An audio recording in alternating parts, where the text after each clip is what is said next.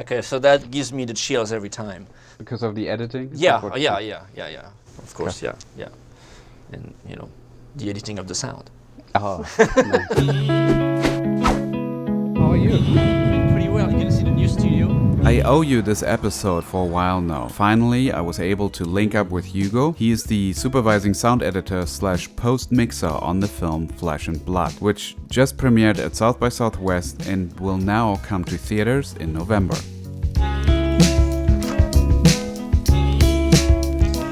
And Ugo, this is the Studio B.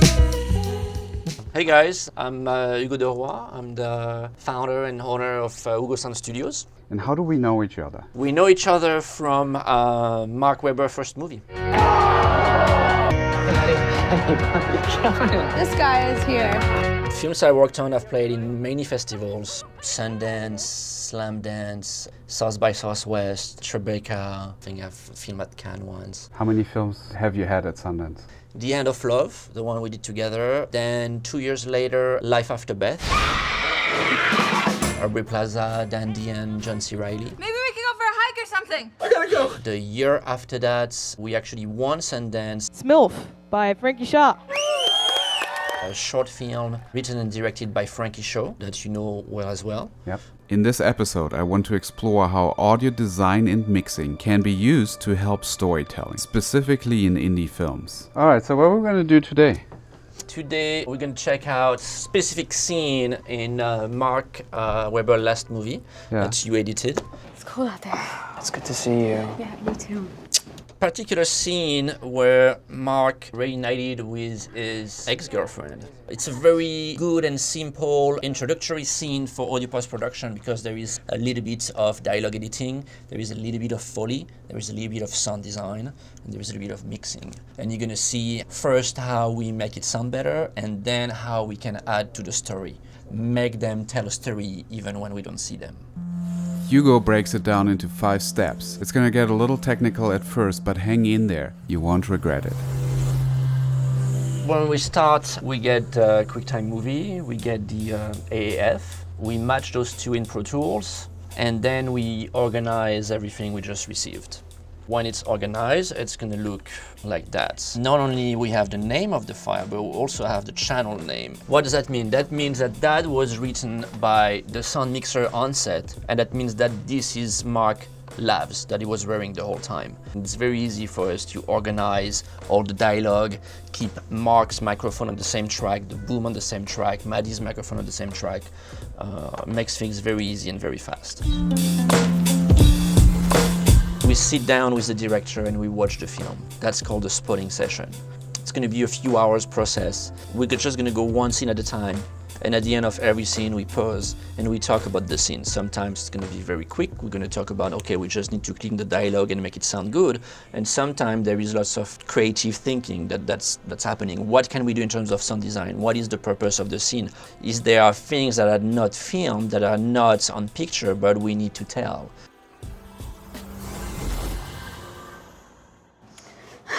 I'm doing good. I'm staying with my mom right now. Cool. And my brother. Yeah. So we can just solo the dialogue here.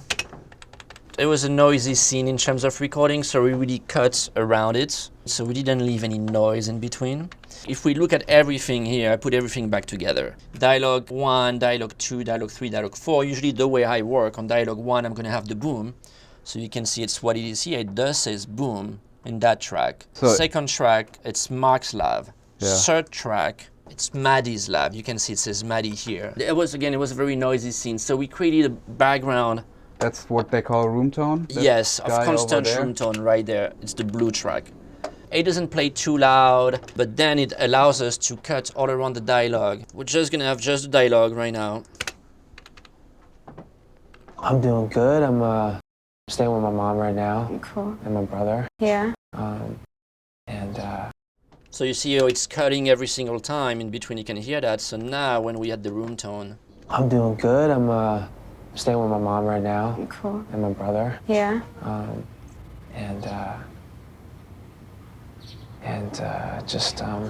So now it plays it's very smooth. So we balance all the dialogue with volume. You don't always add the room tone. It depends on the scene. It's a noisy scene, so it's good to add it so that way you can control it. It's your own. It's not attached to the production sound. We use some plugins, so we do a little bit of cleanup. The day you know how to use EQ, it's going to change your life. EQ stands for equalizer? Yeah, equalizer. And what is the main purpose of an equalizer? Change the frequency that you're going to hear for the better. See here we're cutting at 70 hertz. So everything that's under 70 basically we're not going to hear. It's everything that's very low bass like. And same thing here, we have a cut at like 19,000 K. Super high. So super high, and that would be like sound that dog will hear, sound that some people hear, and when they hear them, they get very annoyed.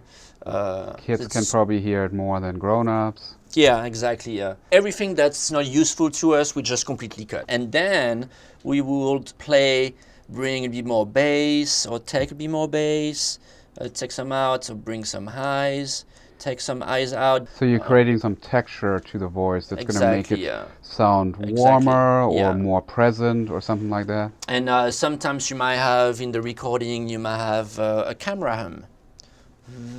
Around, let's say, maybe around 130, So you will go there, you will find that hum, you will use your a very thin band like that, and then you notch it out. And that way you can really clean the dialogue while preserving everything that's around. The dialogue editor will really do all that cleanup job and make sure we have fades here. Like, it's not like that. We're gonna hear some little clicks or pops. My brother. Yeah.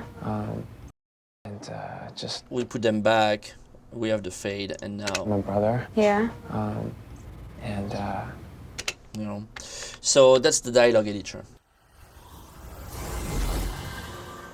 Once that is done, then we can go with a little bit of sound design. Yeah. I bet. For a scene like that, you're not gonna go over the top. We really try to keep the scene as natural as possible. You feel it more than you hear it. And so it just brings a little bit of space all around you. Some movies are very stylistic, and that's why you go crazy. Some movies are about the characters and their story, and you have to respect that. It's very important.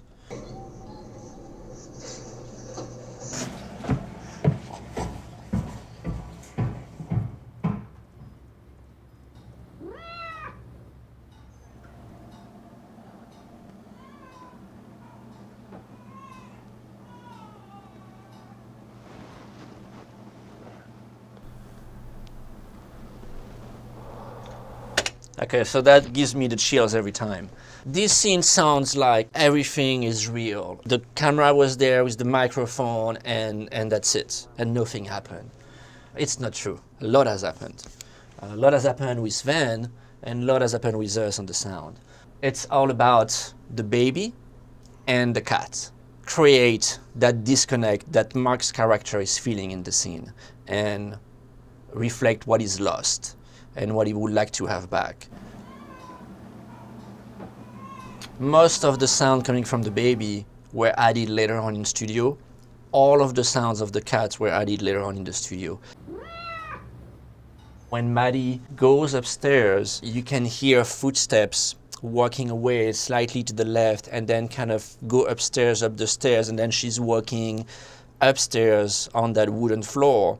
All that stuff was done in the studio. We never show the upstairs. The upstairs may not even be a wooden floor.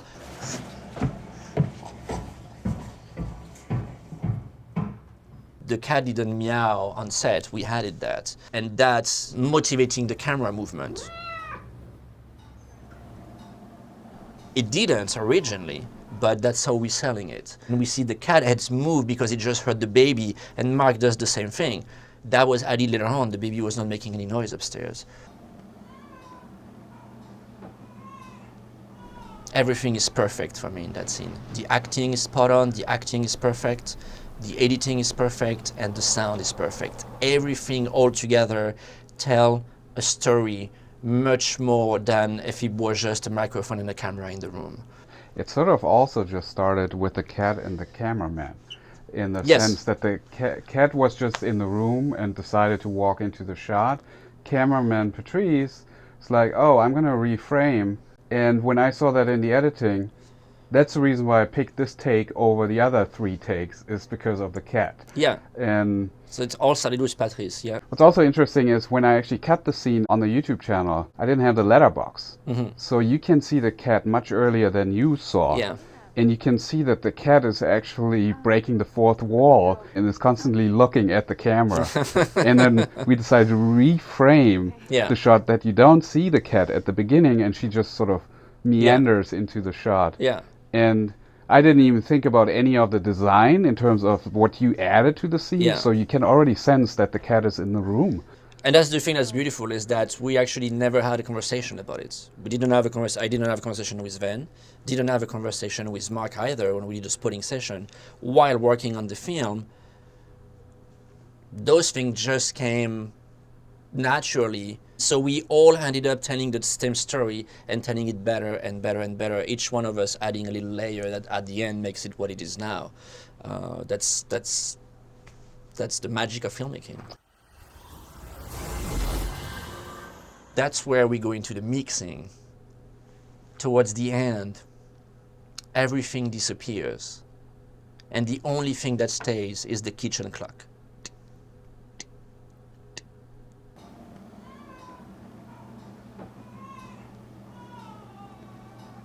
And it's just Mark, the kitchen clock, and then there is this flashback of Mark and Maddie. That's total silence with the kitchen clock.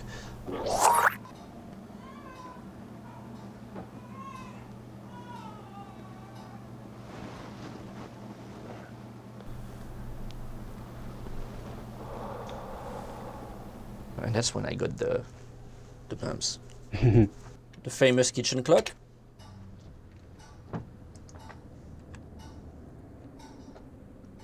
And then you're gonna see here we added like a little sound just for something, a non-diegetic effect. So the sound is gonna help us coming back to reality.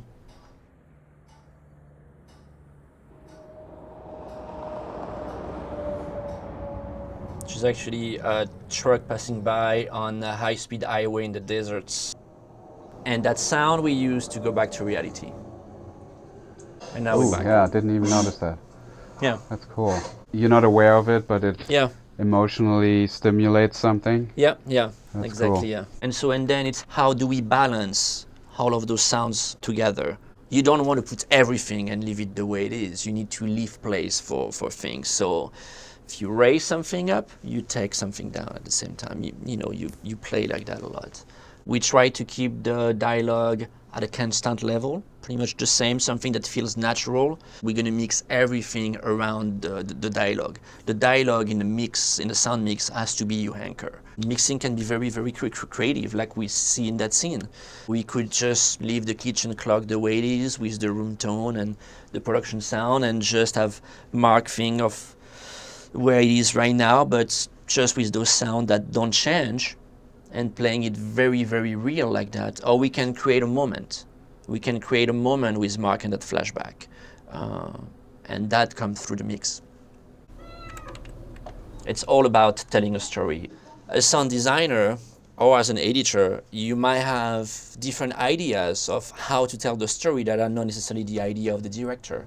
Always share them with the director. Even if you're not going to do them, they will bring conversation that's going to help you tell the story of the film. I wish I was the guy I am now back then, and I was the guy I am now back then. So I want to thank my very first sponsor of any video, Skillshare. If you don't know, Skillshare is an online learning community with over 15,000 classes. It's kind of like a Netflix subscription service. You have a monthly membership fee that is as low as $10 a month for premium access.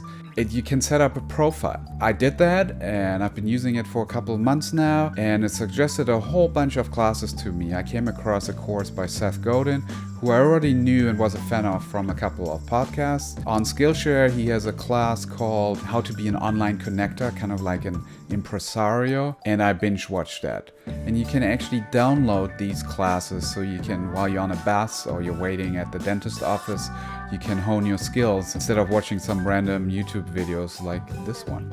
Not only can you take these courses, you can also do projects and you can teach a class yourself. So whenever somebody watches your videos, you actually get paid. If you are interested, use the promo code ThisGuyEdits. I also include a video link down here so that you can try this service for 2 months free. So give Skillshare a try and hopefully I'll see you on the next video. Thanks for watching.